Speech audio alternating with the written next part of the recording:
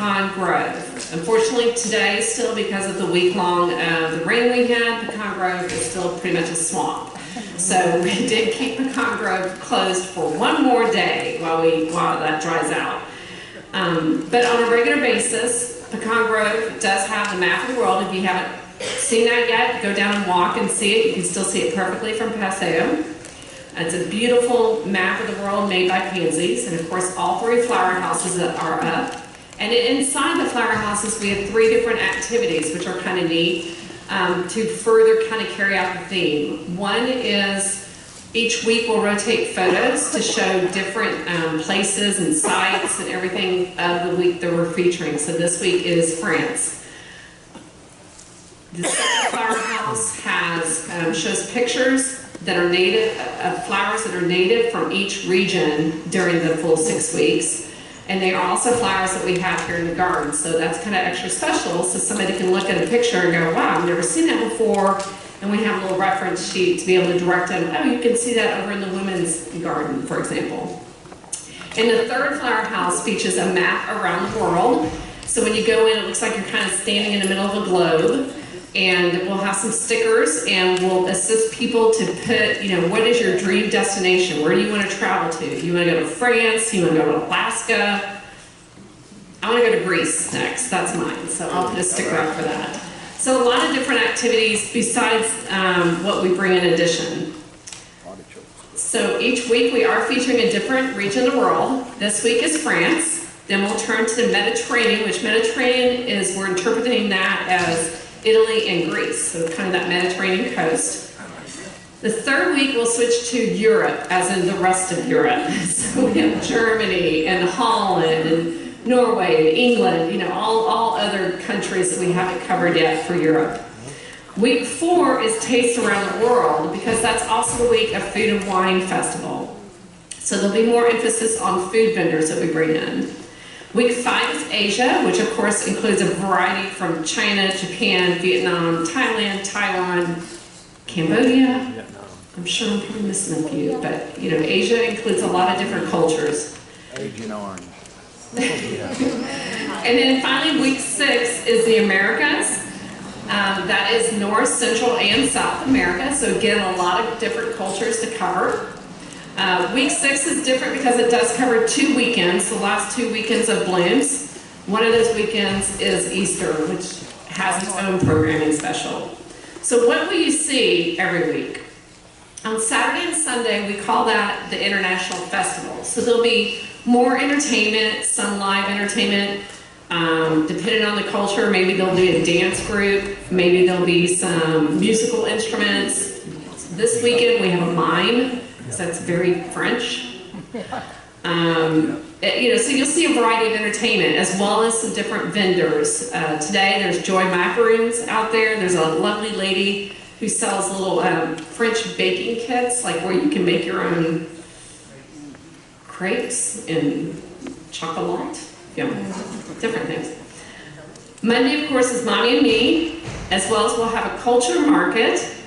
A culture market is where we've identified items that are unique to that country or to that region for the week, and we'll bring them out there and sell them in the Pecan Grove. Tuesday, of course, is Tiny Tot Tuesday and the cultural market.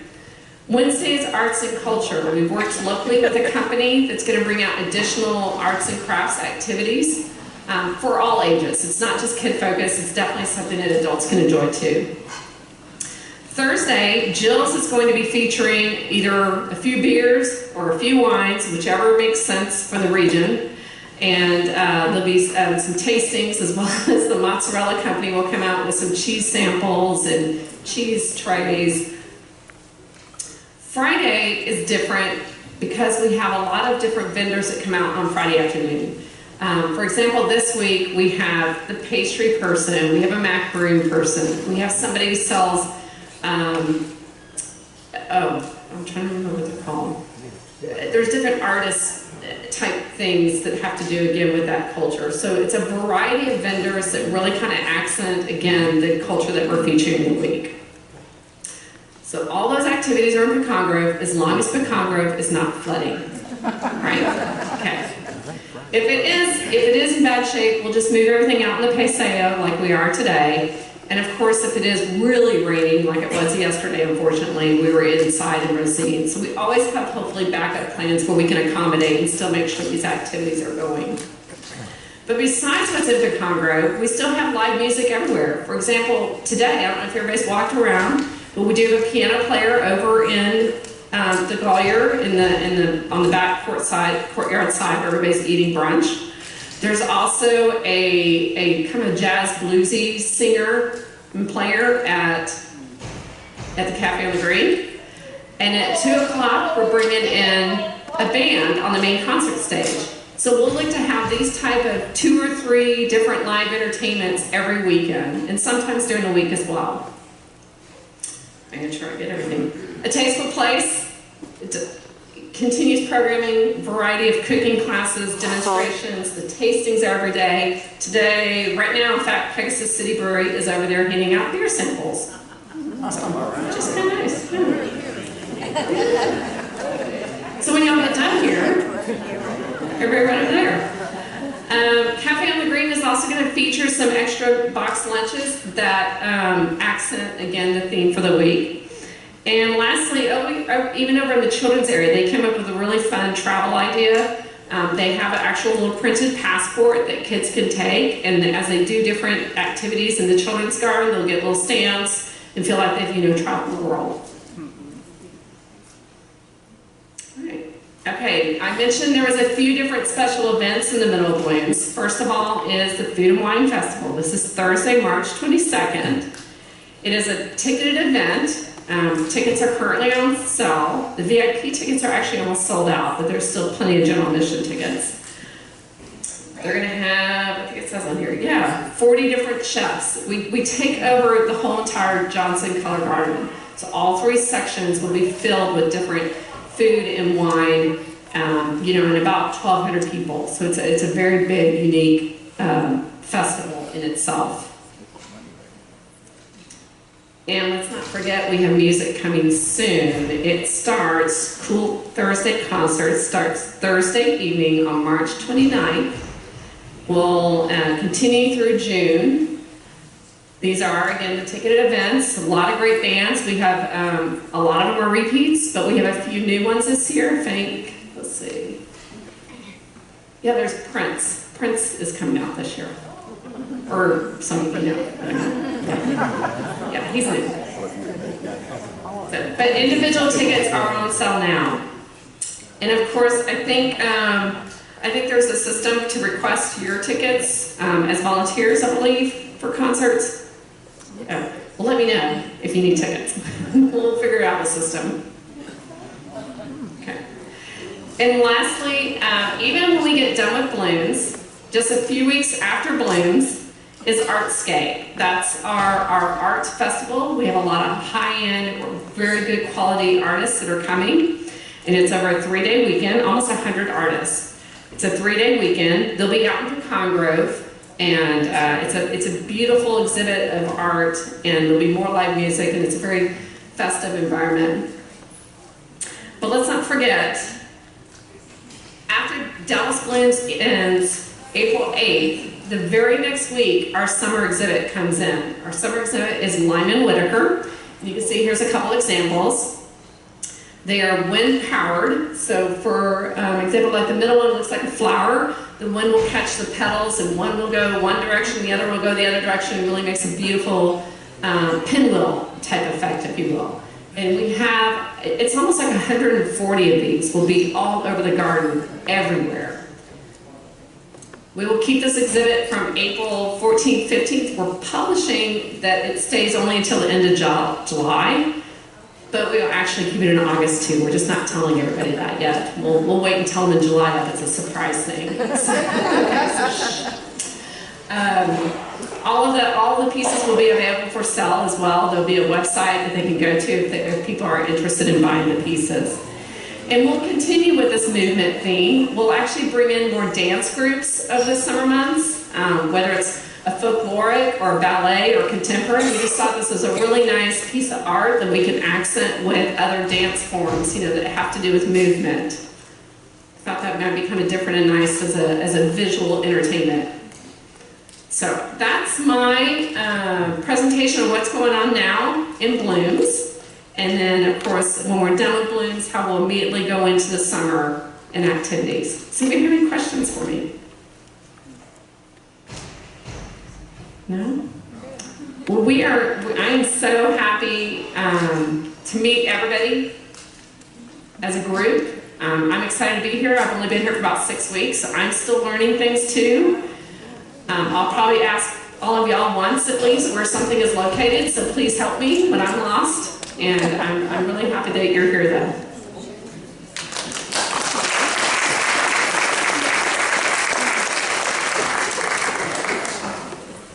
Okay, thanks Terry. Rachel's going to help because she does this better.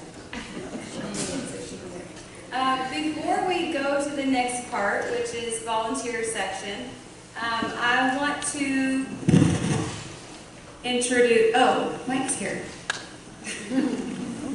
Well, okay, we'll do Mike next, so he can go. Okay, but first, I want to introduce our festival chairs. And if you guys, I know you're here, will come up here so everyone can see you. No? They don't want to? Will you at least stand up? Okay. Okay, Tina Young. Tina is way back in the back. She's one of our festival chairs. She's been a docent. She's been in the children's garden. She is a docent. She is in the children's tram membership, ATP now. Oh, everything. She's done a lot. Everything. She's kind of she does a lot. Anyway, she will be with Kay Glore. Where's Kay? Is Kay back there? Oh, here she is. I'm like, where'd they go? Kay Glore, who's another one of our done everything. Easter. Kay is, and then next, I'll say, hold on. Well, Kay and JC. Stand up, JC. JC Stewart is right there. They do a lot together. They're doing Easter. They're in charge of the Easter egg hunts, the goblins in the garden, the Santas in the what is it? Sweets and treats with Santas. The Santas and the sweets. What's that? Membership, crafts, everything. What else do you guys do? They do a lot. They've been here. Yeah, they've been here a long time. And then Lana Murray over here. Lana's been here a long time. She helps with everything. She does a lot of gift store, helps a lot with the concerts, membership, info booth. So these four ladies are our festival chairs, and we'll be here around on the weekends, during the weekdays when we're busy, doing all kinds of fun stuff. So if you see them, you might give them a hug because they are overworked and definitely underpaid. So anyway, round of applause for the festival chairs. Next, we're going to let our security officer go. Oh gosh. I can see. Hey, pay attention, Mike. Security. So, Mike Davis is our security manager. Thank you. And has been here. He started a year today. Oh, wow. Congratulations. You made it a year. We're good.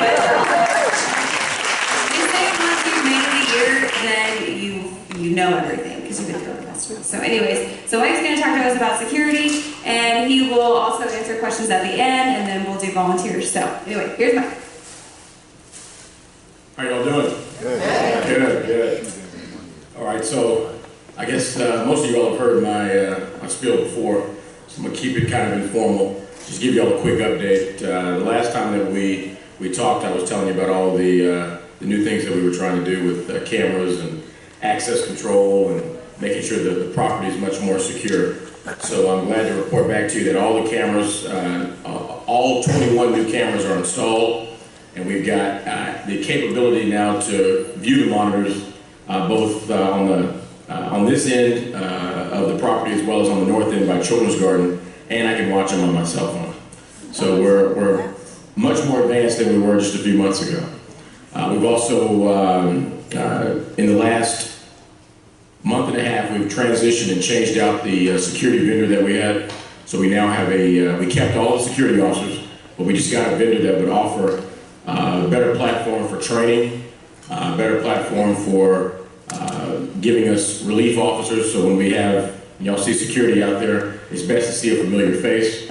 So one of the things that they're going to provide to us is a steady rotation of officers so that when you're out there in the field, you feel secure because you recognize that familiar face or that familiar voice on the other end of the radio. The couple of things that I wanted to highlight, I guess, and talk about this time around would be radio etiquette. Most of y'all, like I said, y'all have been here before. We couldn't do it without y'all. But radio etiquette is going to be something we're going to try to enforce a little bit stronger this year, this time around. We really want to keep a lot of the casual conversation to a minimum, and we prefer that you all stay on the volunteer channel unless you're working over at the Children's Garden, whereby you'd be on, I believe, Camp Channel, or depending if you're in one of the galleries, you may be on the Traffic Channel, which is a new change that we're doing. You'll no longer see the radios over there on the security channel. We're going to start using the security channel for security. So I don't want anything presented over the radio that may startle or unnecessarily scare a guest. If they hear something that's going on in the garden on the security channel, it's best that we kind of keep that to a minimum. So we're going to secure that line, and that's going to be for us. Also, I think, Dennis. So I've got, hey Dennis, so as far as tram safety, I'm not going to go into detail. I'm pretty sure I may get one question about left turns, but as far as tram safety and making sure y'all are okay on that, we're going to do our best. We're going to keep an eye, not just on the volunteers, but staff as well. We want to make sure that the golf carts are being well maintained, that we're also adhering to safety guidelines. We're keeping the speeds down to a reasonable speed limit so that we make sure the guests are okay, make sure the other volunteers are okay, make sure staff is okay. So we're going to keep an eye on that. One of the other things I want to highlight about tram safety is I'm pretty sure Sean has had the discussion with y'all, but we want to make sure if there's anybody that is a smoker, that you all know that this is a non-smoking property, okay? So if you're driving on the trams or you're volunteering somewhere throughout the gardens, just make sure that you are not smoking on property. We've got some designated areas that you can go to right there on Garland Road, but not on property, all right? So just make sure you keep that to a minimum. We're going to be keeping an eye on that. We want to make sure our guests are able to enjoy the Arboretum just like, you all are able to come out here and enjoy it as well. Medical emergencies. Most of y'all are probably, pretty well prepared for, the average medical emergency. I just want to make sure y'all know we don't apply first aid. We've got the first aid kits. They're on the trams. You'll see them at the information booth. You'll see them in the volunteer office. We don't apply first aid, but we do supply the first aid kits for their use. So if it's a guardian with a child, we'll allow that guardian or parent to have access to the first aid kit, and then they can go from there. They can apply it themselves. It's just to minimize our liability in that effort. All right. If you have any questions about trying to find a first aid kit, forward that over to Sean, Rachel, Ashley, they'll be able to help you out with that. First aid is more in line with like Band-Aids, providing a cream, ointment, or something like that. We don't provide medication to any of the guests. That's also about minimizing our liability. You are able to do life safety though. Life safety meaning CPR, Heimlich maneuver. If we had AEDs, you would be able to use that. But life safety is going to be different than first aid. So if you see somebody that is in distress and needs your assistance and you're trained or you feel comfortable to perform that life safety, go ahead and do it, okay? As far as medical emergencies, always also feel comfortable to call 911 first if you have your cell phone with you, and then relay the information over the radio, okay? If you are relaying on the radio, it is okay to relay it on the volunteer channel so they can get it back to us. But if it is a serious nature and you feel like you need to switch over to the operations channel, please feel free to do so, okay? We're trying to get the medical professionals in here so they can help out but it's best if y'all are familiar where you are, so we know how to get to you. We can get them in here in a fast response. I'm not too sure. Have we done lost child, found child before? Okay. Lost child, found child. Y'all will hear this on the radio throughout the gardens. It won't just concentrate on the children's garden. This will be property-wide.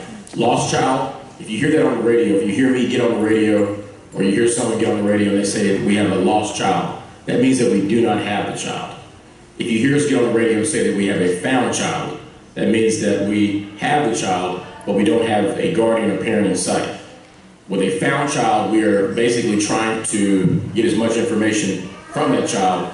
We're going to relay that over the radio, and we're going to try to provide that information so that security and operations can actually lead that effort. Once you turn over the information, the description of the location, we'll take it from there. Okay? So lost child means we don't have the child. Found child means that we do. Okay? In that effort as well, we don't want to, we try our best not to touch the child. So that use your best communication skills to corral that child so that they can stay in a reasonable area so we can get there in time. All right? You got a question? Yes. Which channel? Are you using the security channel if this occurs, or back to the volunteer channel? Yes, sir. You don't have to worry about switching over to the security channel. But if you communicate it first on volunteers, they can help with it there. If you feel like you're not getting a response there, or if it's serious, switch over to operations. Okay? There's enough ears on the operations channel to take it from there. It may be security. Go ahead. And they monitor the volunteer channel Sure. too. So anything you say on volunteer, we're going to hear, and then they can hear it as well. Yeah, so I scan most of the channels. So each department has channels. So since there's so many volunteers and y'all are property-wide, I scan the volunteer channel, so I'm listening in. But in the event that it may be on a weekend when I'm not here, just be prepared to first make your messages over the volunteer channel. If you don't feel like you're getting a response, then you can switch over to the operations channel. And there's enough ears on that line that'll help you out. Okay? So lost child means we don't have a child, found child means that we do.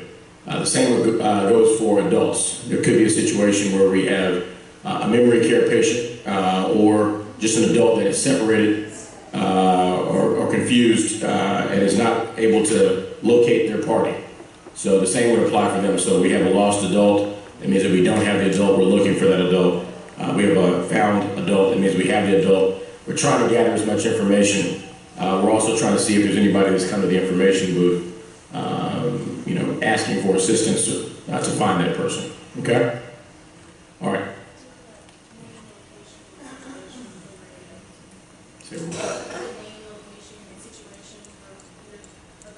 Oh, so how to put it out there? Yeah, so, good point.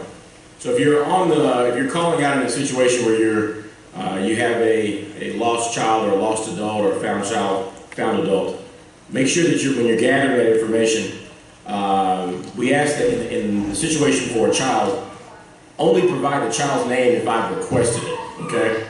That means that I've gathered enough information. I think we're making a close call here. We're getting close to either identifying or putting the child back with the adult, and I may ask for that name. But don't volunteer that information over the phone just yet. The main things I want y'all to volunteer on the information. Volunteer on that channel. The information I want to hear is a description of the child, so race, age, approximate height, hair color, location. So make sure you're familiar with the property so that you know exactly where to describe where you are. If you're in Johnson Color Garden, if you're somewhere in the Children's Garden, be more specific. Say that you're in First Adventure, Incredible Animals, go from there. All right? Does it answer you? What else? Just for emergency situations, say who they are, what location it is. Yeah. So I guess what she also wants me to make sure. So when you're getting on the radio, identify yourself. And hopefully once you get on the radio, hopefully you're doing that as well. You're not just blurting out that we have an emergency. So hopefully you identify yourself. And like I said, that'll give us an opportunity just to minimize we want to cut down that response time so that we're able to get to you and resolve the situation as fast as we can. All right? Go ahead. What What do we do in the case of active shooter situation? Okay, so I hadn't gotten there yet, but we can jump right into it. So for active shooter, I'm pretty sure most of y'all have heard the run, hide, fight. Okay, so I'm gonna run through that real quick again, just to make sure y'all are aware. So the run part of the run, hide, fight means that if you feel like you have knowledge of where the shooter is, and you feel comfortable that you can run or get out of harm's way, you're not going in the direction of the shooter, you're not going in the direction of any kind of danger, then run as best you can to a safe location, okay? The hide part of run, hide, fight means that you are not just trying to get out of sight, you are barricading yourself in.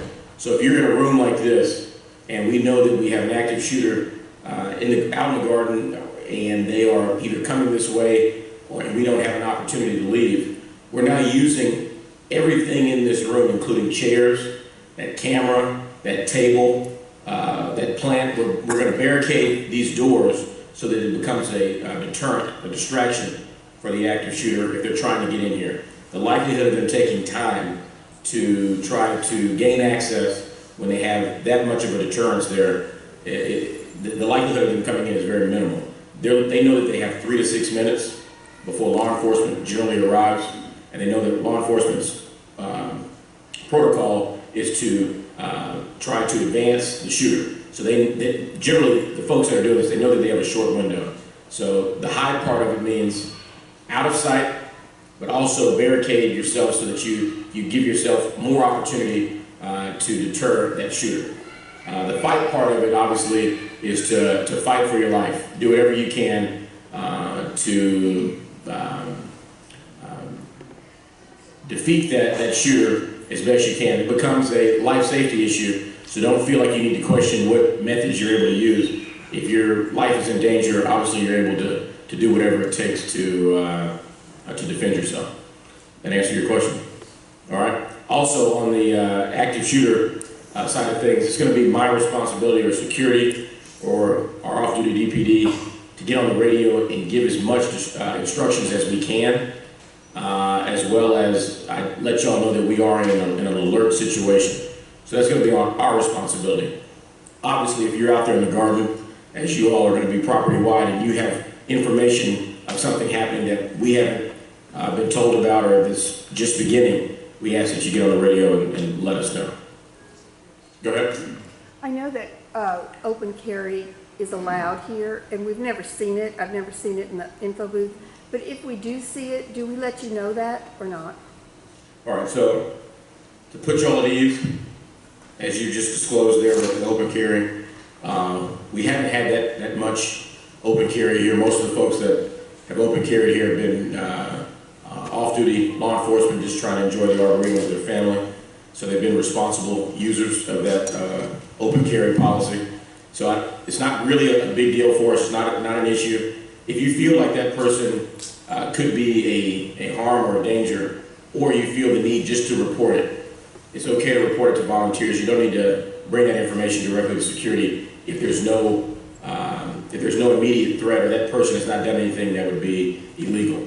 So just coming in here open carrying is legal. There's nothing wrong with that. Like I said, generally it's a responsible user. They're not taking advantage of that. Open carry also applies to knives and swords and long blades, but we've only had a few instances of that, and for the most part, they've adhered to making sure they were just here to enjoy themselves. Can I answer that question? Yes. All right, perfect. All right, so but for the active shooter situation, it's our responsibility to get that information out. But as I told you before, feel comfortable to call 911 if you've got information, whether it's the active shooter or somebody has made a threat to do something. 911 is there for you to use. We don't prohibit you from doing that. We prefer it if you feel like there's something that would be a danger to the Arboretum, our patrons, guests, volunteers. So let us know, let law enforcement know. All right? I'm going to touch on one more thing, but did you, PIN codes? Did you do anything with PIN codes? No? Okay. Okay. Do they need them? Do they need a code? Okay. All right. inclement weather. Just so y'all know, obviously, if y'all been around Dallas for a while, the weather here can get kind of rough, especially in the springtime. So some of y'all are working in the information booth. If you feel like there is a reason to take cover, we ask that you go to the restrooms out there near the interior of the building. So if you're over at this information booth, VEP restroom is the restrooms in VEP would be a good option for you. Also over here at in Rosine, you're able to go down into the basement. We will get on the radio and give you instructions just in case you don't remember that, to try to guide you. But just in case, become more familiar with the property and knowing where you are, where you're going to be working, so that you can get out of harm's way in the event that there may be a tornado or something like that. The first Wednesday of the month, they test the alarms, the sirens. So if you're here on Wednesdays in the morning, you'll get a chance to hear it. I'm pretty sure y'all heard it before, but just make sure you feel comfortable with it. We ask that, like I said, if you're on this side, you go down to Rosine basement.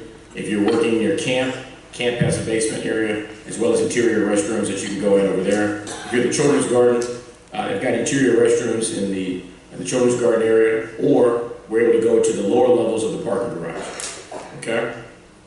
If you're at ATP, obviously it's going to be best if you can use the restrooms that are there, because there is such a large gap in between getting to Rosine or getting over to VEP. So you're safest to use the restrooms that are over there if you need to get out of the way. Obviously all that glass over there, we want y'all to get away from the potential of broken glass. Okay? Last thing I'm going to cover real quick is fire safety. Some of y'all participated in fire safety. We partnered with the Dallas Fire Department. They came out and did just a quick review on safety, quick review on fire safety. It was raining, so we didn't get a chance to do the fire extinguisher demo, but we're going to schedule about 2 or 3 more classes up, I think in March and April, so we can give everybody an opportunity to participate in that. Basically, the demo is we set a real fire, probably on the top of the parking garage this time, and give you a fire extinguisher and give you an opportunity to put it out. It gives you that comfort level so that if there was a fire, you know how to react. All right? And since you're all going to be working in different parts of the garden, there's always the potential, for an issue like that to arise. And if you feel comfortable to address that fire, that could save us in the long run in terms of property damage, lives. We'll make sure we give you all the tools and the opportunity to do that. Okay? Does anybody have any questions for me or anything that I haven't covered that you'd like to know about as far as safety or security? Go ahead. We get a lot of foreign visitors. Sure. What is the procedure if someone comes up to us, obviously in distress, Sure. lost child injury, whatever, and they can't communicate with us and communicate with them?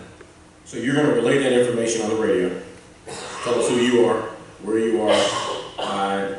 If you feel comfortable making a guess at what language that they're trying to communicate in, make that effort. We have at least about 20 or so languages covered between staff on property. So if there was an instance where we need to try to get somebody on staff to help translate, we will try to locate that person and be of assistance. When you also call 911, they have over 100 languages that they can translate immediately over 911. So if there was a situation of distress, feel free to call 911 and they can try to determine what language it is that the person is communicating in, and they'll help out. Okay? Any other questions? Go ahead.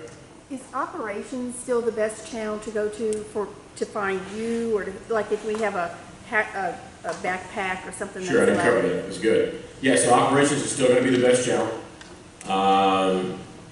That gives you an opportunity, not just get me, but to get the entire operations staff, which is also property-wide, so that depending on where the area is, we can get there pretty fast so we can respond. So if you see a package, box, anything that looks out of place, that looks like it's unattended, where it's an unattended package is what we call that, we ask that you all get on the radio and notify that we have an unattended package, the location and description.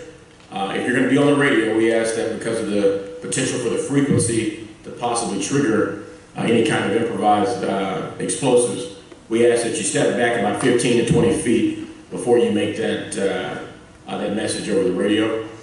And that way that you're safe, we're not taking a chance, and you're going to be able to disclose that in a way that may not cause a stir among the guests that are in the area that you're in as well. All right? So unattended package, call it out on the radio, similar to how you would do if you had a lost child or a found child.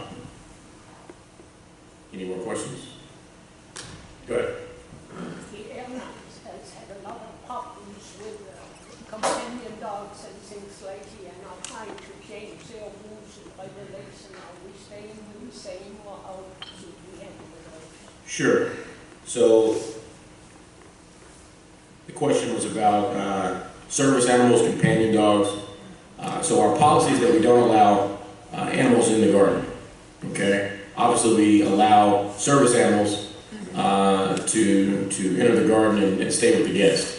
That's just a part of the experience, and there's laws that support that. We ask that the service animal is labeled and tagged appropriately. A lot of times they are, sometimes they're not. If there's a situation where the animal, dog, bird, whatever the case may be, we've seen it all. Whatever the animal is, we ask that if you feel uncomfortable that this may be somebody that's taking advantage of us or taking advantage of the service animal rules, just call it out over the radio. We'll go and talk to the person, kind of get a feel of what it is. If we think it's somebody that's just coming in and they're here just to take pictures of the dog or something like that, then we'll address it and we'll take it from there. But yeah, just let us know on the operations channel. We'll take care of it. Sure. I was in a meeting last week that I don't think you were in, but it was on that subject. So we do allow service dogs. They will most likely be at the ticket booth where you see them. Now, sometimes people get the dog in the purse and they sneak it through the ticket booth, and you guys might see it out in the garden. As volunteers, the only thing you need to say, and this is if you're at the membership table. So if you're at the membership table, or you're someplace that you're gonna see a guest before they actually get into the garden, get up to the ticket booth, you are to say this, only this, nothing more. We do not allow pets in the garden, but we welcome your service animal. Now I'll send that out so that you guys can have that. If you see an animal in the garden, even if it's doing its business in the middle of Johnson Color Garden, don't go up to them. We just had a couple of things happen last week. We're not, as volunteers, we're not putting that on you. There is staff all over the garden. If you are concerned, if you see a service dog in training, actually jumped up on me last week. So if something, clearly that's my service dog. But if you have concerns, like Mike said, just get on the radio. You don't even need to switch over to operations. They're scanning. You can get on volunteers and say, there is a dog in wherever you are, and then we will check it out. But it's just such a sensitive, and we can be fined actually as a business if we say the wrong thing or do the wrong thing. So they're allowed in the garden, they're allowed in DeGoyer, they're allowed in the restaurant, they're allowed anywhere. Now, as far as the emotionally supportive snake or hamster or whatever, we're not doing that. That is a different thing, and we are not having those. So if you do see someone walking around with a cobra on their shoulders, please call us so we can come take care of that. Call Dennis, actually, for that one. All right, any more questions? Anybody have anything else they want to know? Sean, you mentioned the membership table. What about information booth? Because we see people coming in directly from the ticket booth. They don't always see the pets as they come, or the animals as they come. Yeah, so the same thing. I'd just be safe, rather safe than sorry. I don't think at information you really need to say anything because they will have just come through. If anything, just radio us and we'll say, hey, there's a dog. The only time we wouldn't see it is if it's a dog in the purse, which, I mean, it doesn't happen too much. If someone's got a dog on a leash, pretty good chance that it's a service dog. Any more questions for Mike? Anything? No? All right. Thank you all. Thank you.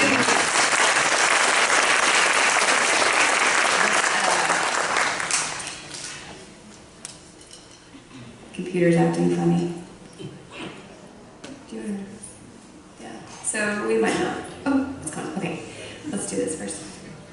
let's see. Oh, okay, yay. And that's really tiny, okay. So, all right, so before we start this, hopefully it'll not want us to update the computer before we get done with this. I want to take a second to introduce the Volunteer Advisory Board. I'm not gonna actually call them all by name because I didn't bring a list, but if you were on the Volunteer Advisory Board, would you please stand up?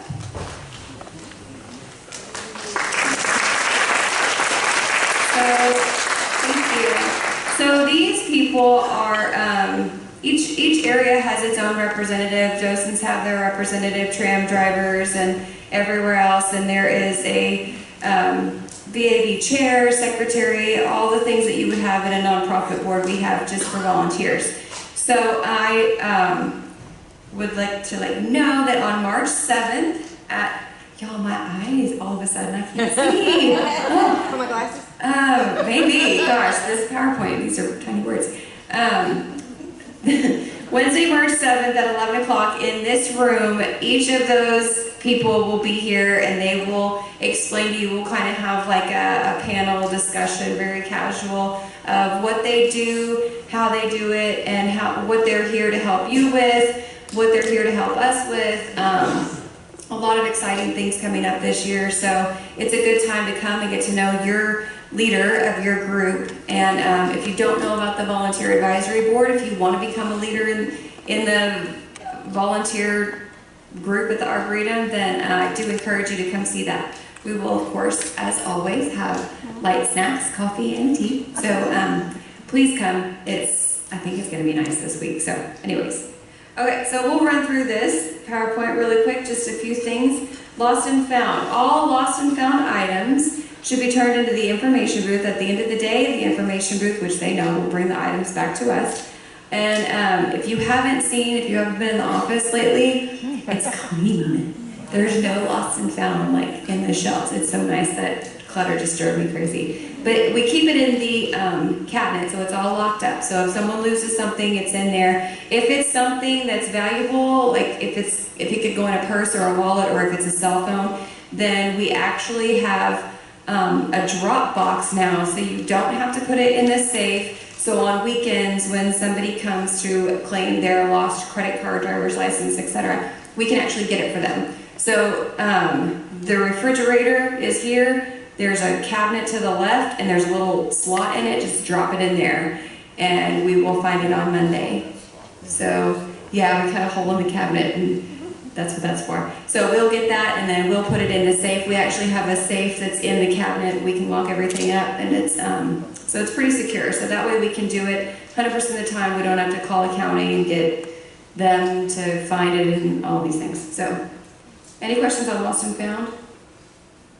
Lost child, found child, Mike went over that, so I'll just let you, you guys know what to do. Any questions on lost, found child? Yes? What do we do with big items that are turned in for Big- lost and found, like an ice chest? Where do you put that? In the volunteer office, But yeah. just anywhere? Yeah, yeah, if you just put it anywhere, we'll figure out that it's lost and found. We have so many things that, yeah, just email us if you've, like for concerts, it's probably where you're going to find an ice chest. Then just leave a note on it maybe that says lost and found. You can just put it outside my office.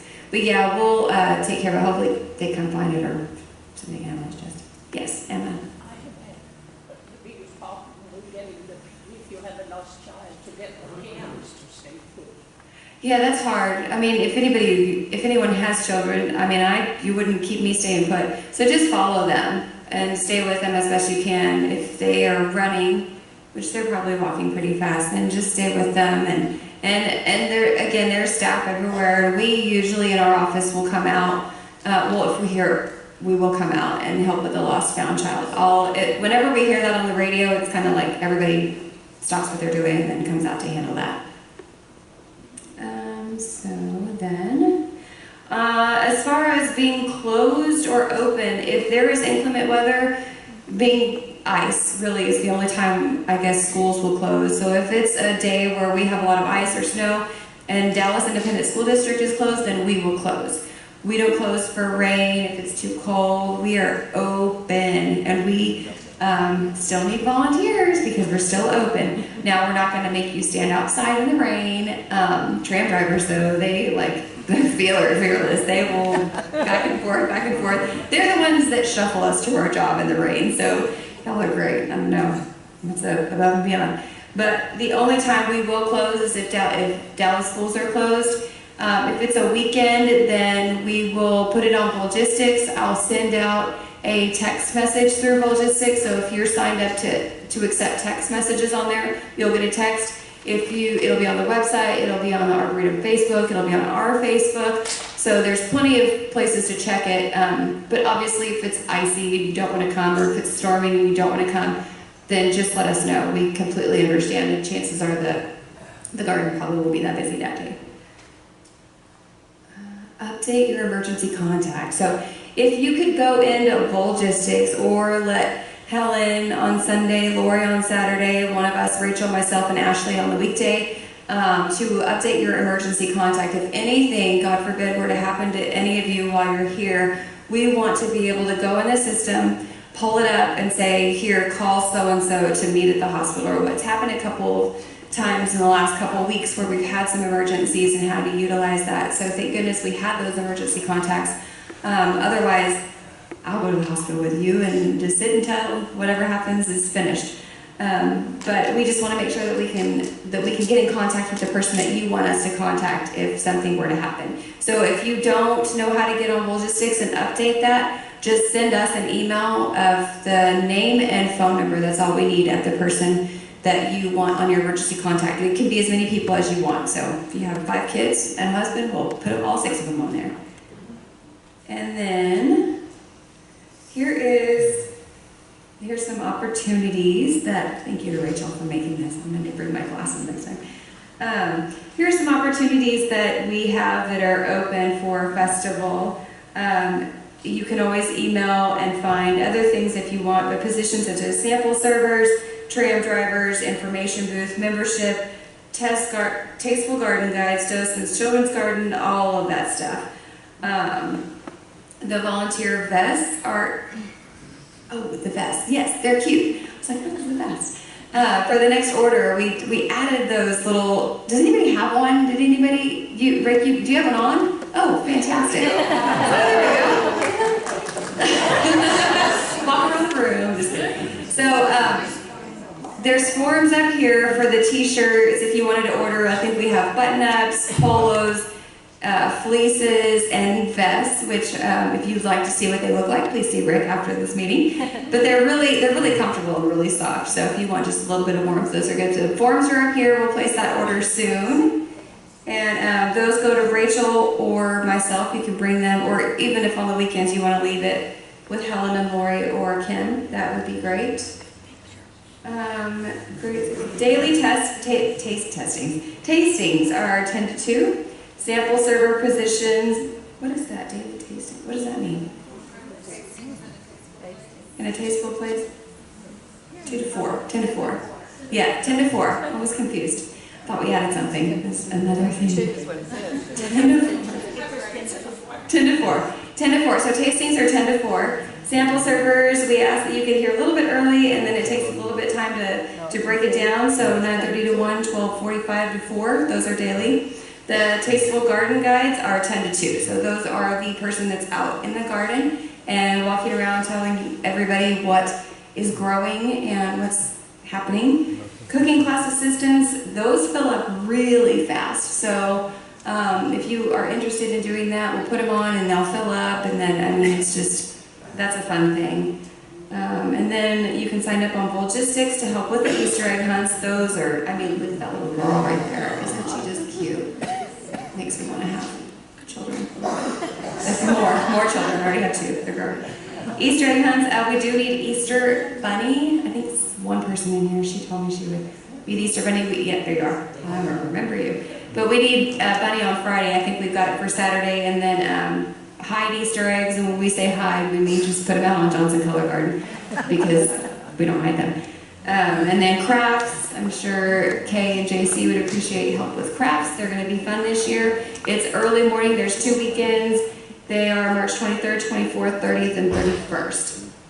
Also on March 31st and April 1st, we have food. Okay, they're all logistics. Also, volunteers are needed to help main garden and children's garden entrance. So we have a new thing this year where we are helping education with checking in their school groups. So if you see, it's under, what is it called in logistics? Education check-in. You're not checking in all the kids, so don't be scared. You're checking in the chaperone, handing the chaperone the wristband. So you're just dealing with the adults. So it's up here in Maine and also in Children's Garden. And a surprise for the membership volunteers, if we don't have anybody to do that day, then we're going to ask that you do that for us. Don't you? So, and then also you can sign up for that. Oh, there it is. Thanks. On logistics. Blooms this year is, as we heard from Terry, a World of Flowers. Each week is a different region of the world. So we have the Flower House Volunteer, which is someone to, so Terry was talking about how you can put your sticker on the place where you want to go. Well, we need a volunteer to actually tell people that that's what they do with the stickers. So if you want to do that, then you can sign up on Logistics to do that. You'll be in the Pecan Grove in that house, and you'll have your stickers, and you'll tell people, put this where you want to go. So if Terry came and she wanted to go to Greece, you'd say, here, or help find Greece. So that's every day during festival from 10 to 2 over in the Pecan Grove. We'll give you a list of everything you need, and then also there's no training required. Artscape is coming up. We need a lot of help with that. I'll be, especially those guys like Dennis and Rod and all those people who help us load in and load out the heavy lifting. And then the day of, all those days, the shifts are on there. That one's not full yet, so you can go ahead and go on there. It's a lot of fun to do that. I heard that. And then one thing that we just got in on Friday at like 4:30, so it didn't make the PowerPoint, is you heard Terry also talk about the culture, what did we call it? The culture market, which is what we came up with. Rachel said, genius name, is every Monday and Tuesday from 10 to 2, there will be a table out by the Pecan Grove where people can buy things of whatever, like this week it's France, so they can buy things that the gift store has purchased to sell on the Paseo. So I don't know if any of you remember Zim Sculpt, but we did a thing with that where if I wanted to buy something, so here's what you'll do. You'll have a table of things. Say Carol comes and she wants to buy my camera. So you bring the camera, you say I want to buy your camera. I'm going to give you a ticket. You're going to go to the gift cart station out on the Paseo, pay for that camera, come back to me, pick up your camera, I'm the volunteer, and then be on your merry way. So we need that on Mondays and Tuesdays throughout festival from 10 to 2. Really all you're doing is writing tickets and then handing them out, keeping the merchandise. It's not hard. It might actually, I think it'd be fun because then you're in the middle of like the culture alley and everything that's going on, and it's a sit-down position. So if it's raining, obviously we're not going to make you sit out in the rain. We'll probably bring it in here, like she was saying. Anyways, I think that's it.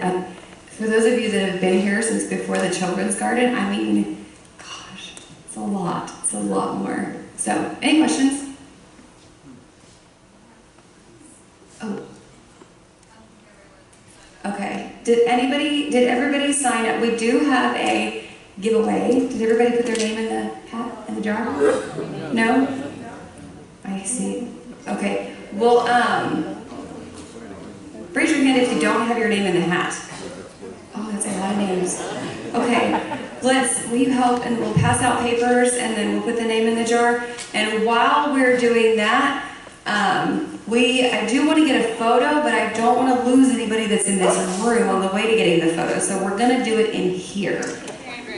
So while Rachel's passing that out, I will explain to you what we're going to do. Just like elementary school, we're going to have the tall people in the back and the short people in the front.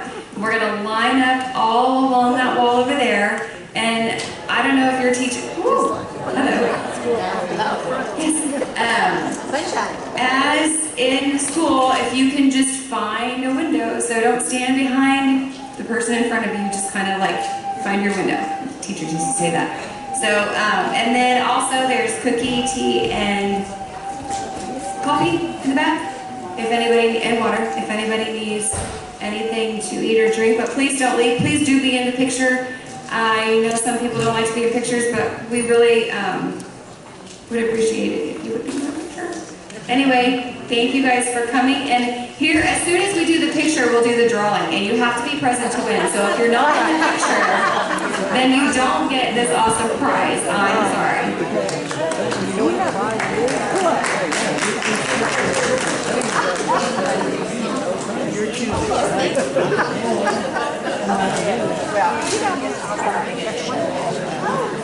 Yeah. So also, one more thing.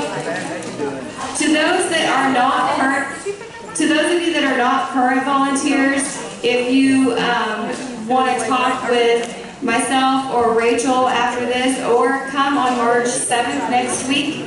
It is March 7th, right? Come next week and we'll talk in depth about each area and what each area does to volunteer. Yeah, I want everybody in the picture. Yep. If you're here, I want you in the picture. Over here. Picture over here.